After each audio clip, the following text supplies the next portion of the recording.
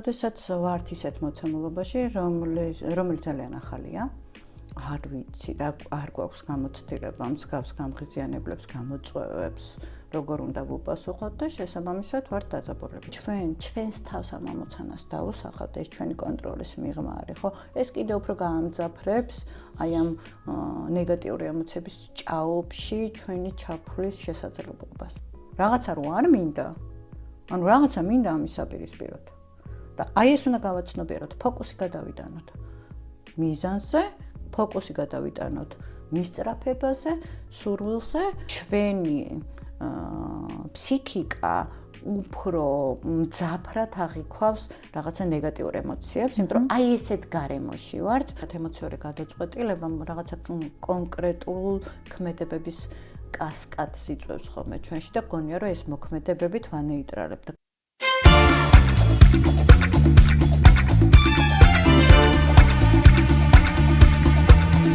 მოგესალმებით, თქვენ უყურებთ გადაცემას ჯანმრთელობა და არა მხოლოდ ნინი ჭაჭიასთან ერთად. მე მის თანაწამყვანი ნათია გაფრინდაშვილი ვარ. ჩვენი დღევანდელი სასაუბრო თემა არის შინაგანი სიმშვიდე და სტრესულ გარემოში. სანამ უშუალო თემაზე გადავალ და კითხვებს დავუსვავ ნინის, მინდა რომ გთხოვოთ გამოიწეროთ ჩვენი არხი, დალაიქოთ ეს ვიდეო და გაუგზავნოთ თქვენს მეგობრებს, რადგან დღევანდელ სიტუაციაში ისე როგორც არასდროს გვჭირდება შინაგანი სიმშვიდის შენარჩუნება. გამარჯობა ნინი. გამარჯობა.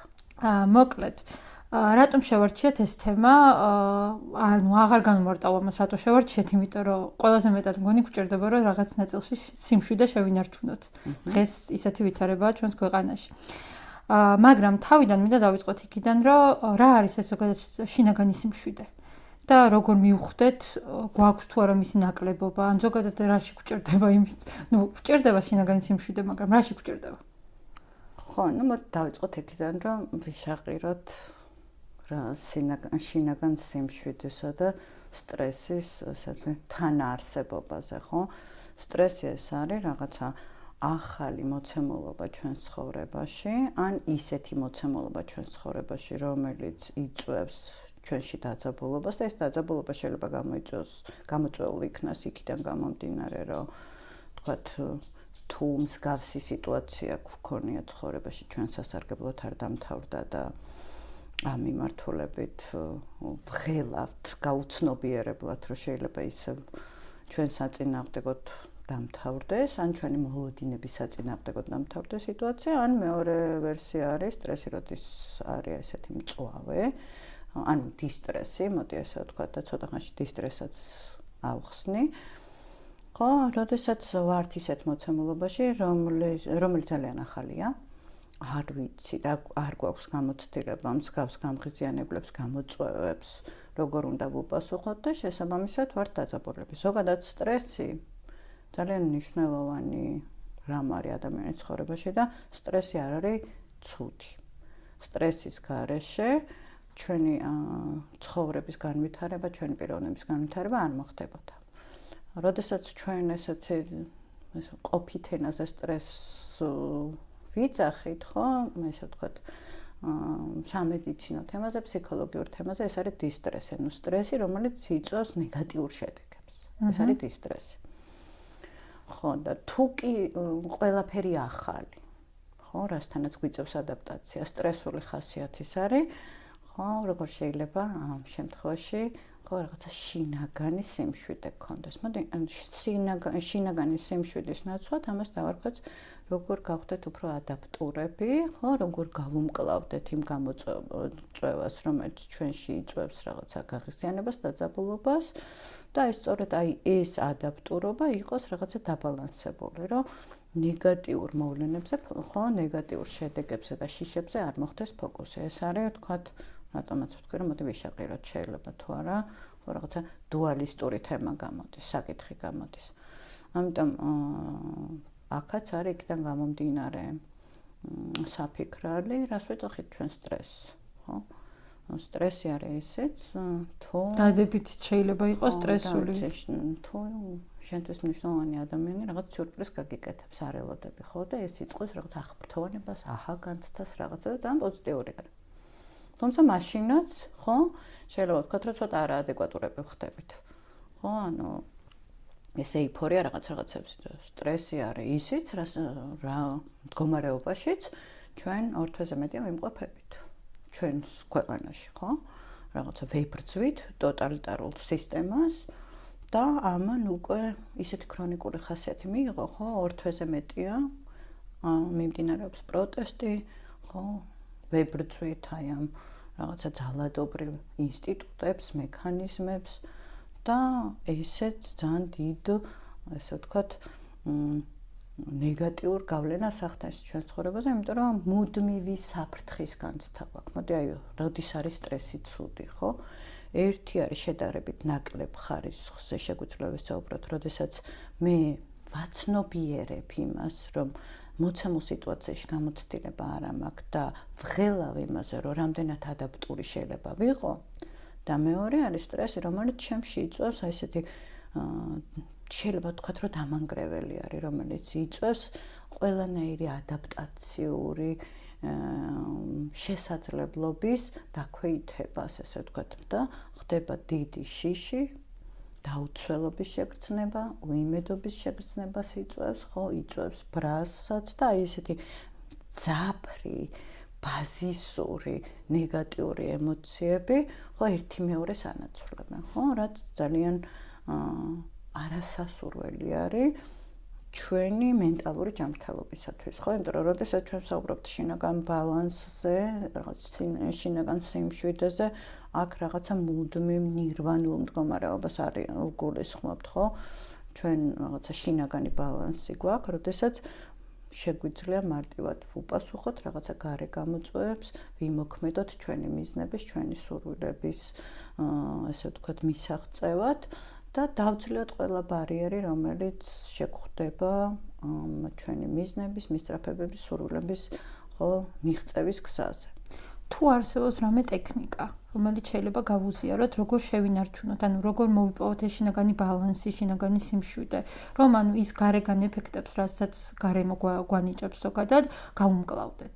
მოდი დავიწყოთ იქიდან, რომ რა შინაარსი, რა მოცემულობა იწვევს ჩემში აი ამ განსაზღვრებას, ხო, დისტრესს, ხო, რომ პირველი სად ვარ? რა ხდება, ხო, ჩემს ირგვლივ? და მეორე არის რა მინდა? ანუ აი ამ სიტუაციაში რომ მოვხვდი, ხო, ამ სიტუაციიდან რა მინდა? და აი აქ მინდაში უნდა იყოს, ხო, ხშირად არის ხოლმე, რომ როდესაც ნეგატიური ემოციები გვაქვს, ეს ნეგატიური ემოციების სიგნალები იმდენად მწვავე არის, რომ ფოკუსი გადადის ნეგატიურ ემოციების შინაარსზე და არა მოცემულობაზე, ხო? რომ სტრესში ვარ და მეშინია და მინდა არ მეშინოდეს, არ არის სწორი განსაზღვრება. იდეაში რომ დაფიქრდეს ეს სიღრმისეულად, კრიტიკულად რომ შეხედო, მინდა რომ არ მეშინოდეს, კი არა, მინდა რომ ამ სიტუაციაში აღარ ვიყო. გამოსავალს. ხო, ამიტომ მთავარი ამოცანა არის, როდესაც ჩვენ ვიმყოფებით სტრესულ სიტუაციაში, პირველი ფოკუსი მოვახდინოთ იმაზე, რომ რა მექანიზმებით შეგვიძლია თავი დავაღწიოთ აი ამ ნეგატიურ მოცემულობას, ნეგატიურ გარემოს, შემაშინებელ გარემოს და არა ზოგადი ინფანტილური და რაღაცა რომანტიზებული თემებით, რომ მინდა, რა ვიცი, მაგალითად, რომ მე მინდა საქართველოს რაღაცა დემოკრატიული, თავისუფალი, რაღაცა ძალიან მდიდარი სახელმწიფო იყოს, ხო? თუ მე ესეთ ამოცანას რეალურად გვინდა ყველას, მაგრამ თუ ჩვენს თავს ამ ამოცანას დავუსახავთ, ეს ჩვენი კონტროლის მიღმა არის, ხო? ეს კიდევ უფრო გაამძაფრებს აი ამ ნეგატიური ემოციების ჭაობში ჩვენი ჩაფულის შესაძლებლობას. მეორე თემა არის, რომ თქვათ რა მინდა, რა შემიძლია, ჩემი კონტროლის ზონაში რა არის, ხო? რომ მე უნდა ვაცნობიერებ და რომ შეიძლება რაღაცა სინერგია, რაღაცა მიზნისკენ მიმავალ გზაზე გვჭირდება, ანუ რაღაცა ტიპის ერთობა გვჭირდება და რა ტიპის ერთობები გვჭირდება და რა გზაზე უნდა წავიდეთ, ანუ აი ესეთი საბოლოო წერტილი რა არის, სად უნდა მივიდეთ, ხო, რომ ქმედებისთვის არ იყოს და ქმედება იყოს მიზნისთვის და აი ამ საერთო, ვთქვათ, თუ ჩვენ სიტუაციას განვიხილავთ, ან თუ მარტო მე მეხება ამ მოცემულობიდან ჩემი კონტროლის ზონაში რა, მე რა შემიძლია გავაკეთო იმისათვის, რომ თავი დავაღწიო ამ სიტუაციას. აქ არ არის საუბარი, რომ რაღაცა იდეალისტური და რაღაცა პოლარულ განწყობას ვითხოვდე. თუნდაც ის, რომ ოდნავ გავაუმჯობესო ჩემი შინაგანი მდგომარეობა, ჩემი ადაპტაციური უნარები. იმიტომ რომ ხშირად არის, რომ ჩვენ სულ სწრაფები ვართ და ძალიან გვინდა ხოლმე, რომ არა, ეხლავე მინდა ყველაფერი. ხო? ეს არასწორი მიზნების ფორმულირება, არასწორი ამოცანების დაყენება რეალურად ქრონიკული სტრესული სიტუაციის არსებობას ხელს უწყობს. ანუ ნახე, კითხვა დავსვათ, ანუ რა იწვევს ჩვენ სტრესს და ამ სტრესში როგორ მოვახდენ ადაპტაციას, ხო? რეალურად ეგ არის. და შემდეგ უკვე ამის რა მახიზიანებს? ანუ რაღაც არ მომწონს. ხო. ხო? არ მომწონს, რა ვიცი. შეიძლება იყოს, რომ მე არ მომწონს, შენ რომ ეს ხუთი გახურავს. მიუხედავად იმისა, რომ ძალიან გიხდება, ხო, შეიძლება რომ არ მომწონდეს, ხო? და ანუ აი ეს არ უნდა განვაზოგოთ, რომ მე არ მომწონს ნათია. ხო, არ მომწონს რომ ეს და მე რა შემიძლია გავაკეთო, რომ ხუთი მოიხადო. ანუ ერთი არის შემიძლია დესტრუქციული ვიყო, მოვიდე მოგგლიჯო ეს ხუთი თავიდან და მეორე არის, ხო, ვიყო უფრო ეკოლოგიური, კონსტრუქციული და დავიწყო შენთან მოლაპარაკება, რომ ნათი ეს ხუთი რომ მოიხადო არ გინდა, ხო? ანუ აი ეს თუ ძალიან მარტივი მექანიზმით ვილაპარაკებთ, ეს არის პირველი რა არ მომწონს, რა იწვევს და ანუ არა რა არ მომწონსზე ფიქსაცია გავაკეთო, არამედ ოკეი, აი ამ სიტუაციაში ყველაზე საუკეთესო გამოსავალი რა შეიძლება იყოს, რომ რა მომწონდეს, სანამ უარყოფითზე ვარ ფოკუსირებული, დადებიც ვერასოდეს ვერ ვნახავ რა.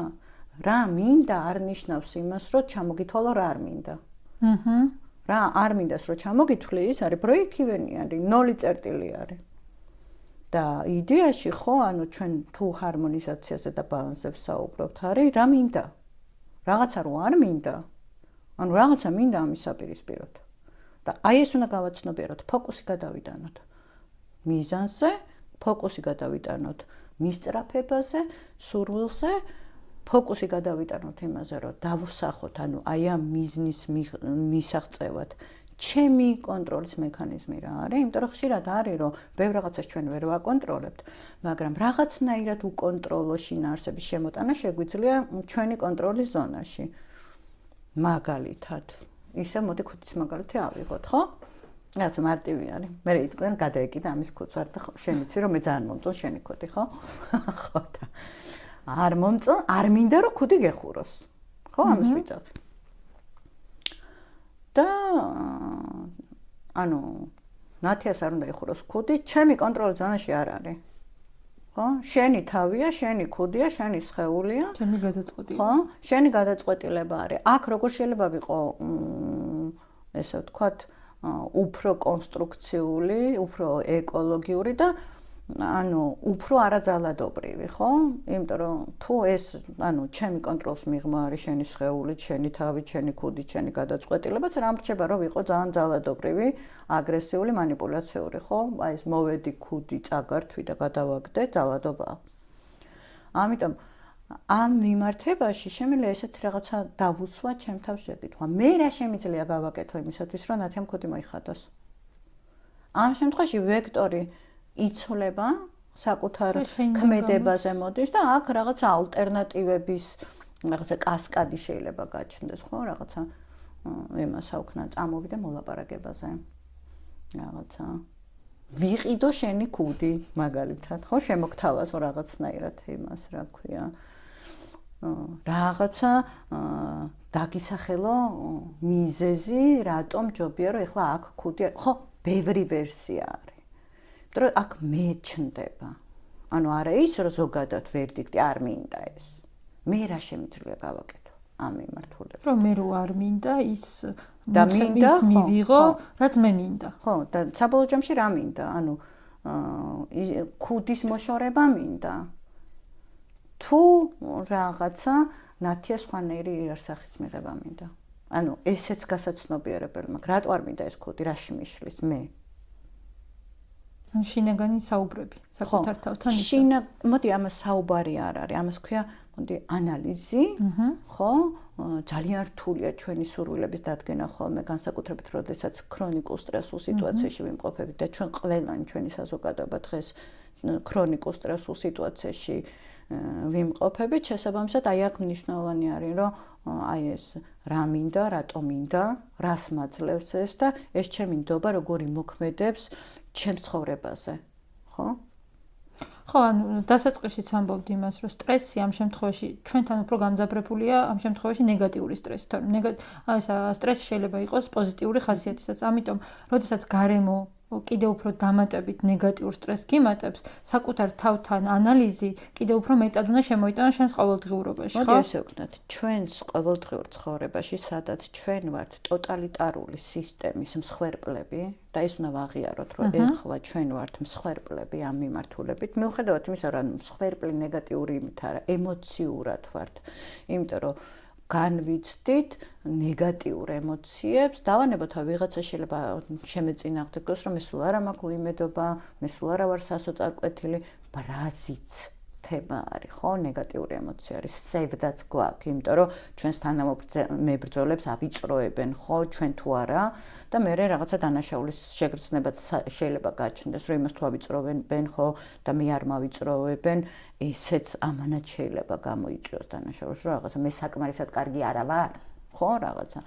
ამიტომ ამ მიმართებაში ჩვენ უნდა ვიცოდეთ, რომ ჩვენი ფსიქიკა უფრო მძაფრად აღიქვავს რაღაცა ნეგატიურ ემოციებს, იმიტომ რომ აი ესეთ გარემოში ვართ და ამიტომ აქ უფრო მნიშვნელოვანი არის, რომ კონკრეტულად გავიაზროთ რა იწვევს ამ ნეგატიურ ემოციებს, იმიტომ რომ ემოციები ერთი-მეორეში გადადის და შინ არსებიც იცვლება რა. რომ მე შეიძლება შენი ქუდი კი არ მაღიზიანებს, ზოგადად გაღიზიანებული ვარ ძალიან რა და ეხლა რაღაცა ცუდად მომხდა შენი ქუდი თვალში რა და მინდა რომ ამ ქუდს დავაბრალო რაღაცა, ხო? და ამ მიმართებაში, როდესაც მე ამას ვაღიზიანებს, რომ ვაანალიზებ, ხო, რაღაცა კონტროლის მექანიზმს ვიბრუნებ, იმიტომ რომ ყველაზე დამანგრეველი რაც სტრესს აქვს, არის ის, რომ იწვევს, ხო, აი თითქოს ჩვენი კონტროლის მიღმა არის ყველაფერი და აი ამ უსუსურობის, უიმედობის, სასოწარკვეთის, სევდის განცდებს იწვევს, რაც ფაქტობრივად მოქმედების არეალებს გვიზღუდავს. აი ერთ-ერთ წინადადებაში ახლა მინდა რომ დასასრულისკენ წავიდეთ, რომ დიდი გადაცემა არ გამოგვივიდეს და ერთ-ერთ წინადადებაში ჩამოვაყალიბოთ, რომ ანუ რეალურად გამოდის ის, რომ კითხვების დასმა საკუთარ თავთან და ნებისმიერი სტრესული გარემოს საკუთარ ფოკუსზე გადმოტანა გაძლევს იმის შესაძლებლობას, რომ სტრესულ გარემოში ადაპტირდა და შინაგანი ბალანსი შეინარჩუნა. მოდი ესე ვთქვათ, რომ მიზნების იდენტიფიცირება, რომელიც ყველაზე რთული არის სტრესულ სიტუაციაში, სურვილების, მისწრაფებების იდენტიფიცირება, გააზრება კონკრეტულად და ამ მიზნებისაკენ, სურვილებისაკენ და მისწრაფებებისაკენ გზების დანახვა არის ამ სიტუაციაში ერთ-ერთი გადამწყვეტი ფაქტორი და ამას როგორ ვაკეთებ, ხო, ანუ აქ და ამჟამად გამოვდივარ, ანუ ზოგადად არ ვსაუბრობ, კონკრეტულად აი ეხლა, ხო, ამ ზოგადად ტოტალიტარულ სისტემაში ვარ, ძალადობაში ვარ, არ მომწონს რომ ამას ეხლა კონკრეტულად, როდესაც აი ესეთი პიკურად განვიცდი, ეხლა როდესაც ვაფიქსირებ იმას, რომ ცუდად ვარ და არ მომწონს რაღაცა, აი ეხლა რა არ მომწონს. რა მინდა ამის საპირისპიროდ და რა შემიძლია რომ გავაკეთო, ხო? და როდესაც ისიც უნდა ვიცოდეთ, რომ ანუ როდესაც სტრესულ სიტუაციაში ვართ, ხო, ეს ემოციური ფონი აწეულიანი, ამიტომ საკუთარ თავს უნდა ვაცადოთ, რომ აი ესეთი ემოციური, სპონტანური, აფექტური რეაქციები არ გქონდეს და ამისთვისაც მზად უნდა ვიყოთ და იქ არსებობს მილიონი სუნთქვითი ვარჯიშები, სარელაქსაციო ვარჯიშები. ისეთი დამიწების ტექნიკები, ხო, გრაუნდინგის ტექნიკებს რო ეძახეთ, რომელიც რომელთა მთავარი ამოცანაც არის, რომ აქ და ამჟამად გადმოგიყვანოს და აი ეს შენ სხეულში არსებული კორტიზოლი ცოტა დაიწიოს, ხო? ამ მიმართულებით. ეს არის ესე ვთქვათ მოკლედ. კი ბატონო, ანუ რეალურად ისე მივდივართ იქამდე, რომ ანუ ნებისმიერი გარემო ფაქტორი საკუთარ თავამდე უნდა დავიტანოთ და საკუთარ თავს დაუსვათ კითხვა, მე რა შემიძლია ამ სტრესიდან გამოსვლაში. და შესაბამისად თუ ამ კითხვას და რას ვითხოვე, ხო, რა მინდა, ხო? ანუ თუ საკუთარ თავს ამ კითხვებს დაუსვავ, ნებისმიერ სტრესულ სიტუაციაშიც კი შეგიძლია შინაგანი ბალანსის მოპოვება. ხო, იმიტომ რომ აქ მნიშვნელოვანი არის, რომ ხშირად ემოციური გადაწყვეტილება რაღაცა კონკრეტულ ქმედებების კასკადს იწვევს ხოლმე ჩვენში და გონია რომ ეს მოქმედებებით ვანეიტრალებ და ქმედებისთვის კიდევ უფრო დამანგრეველი შეიძლება იყოს საბოლოო ჯამში, ხო? იგივე საპროტესტო აქციაზე რომ მივდივარ, ანუ არ უნდა შემოვიფარგლო, რომ არ ამ საპროტესტო აქციაზე ყოველთვის უნდა მახსოვდეს რა მიზნით მივდივარ, რა მიზანს ემსახურება ეს და აი აქ მიზნიდან გამომდინარე, ხო, დავგეგმო ჩემი აქტივობები. მადლობა ნინი, მგონი საინტერესო ეპიზოდი გამოვა და რაღაც კითხვებს მაინც გამოიჩენს აუდიტორიაშიც. თქვენ მოგიწოდებთ რომ აუცილებლად გამოიწეროთ ჩვენი არხი და ლაიქოთ ვიდეო, კომენტარებში დაგვიწეროთ თუნდაც ამ თემის გარშემო კიდე რა საკითხი არის ისეთი რომელიც გაინტერესებთ დამატებით და შევეცდებით რომ კიდე დამატებით ჩაგიწეროთ. ჩვენ კი მომავალ ეპიზოდამდე დაგემშვიდობებით, ნახვამდის. დროებით.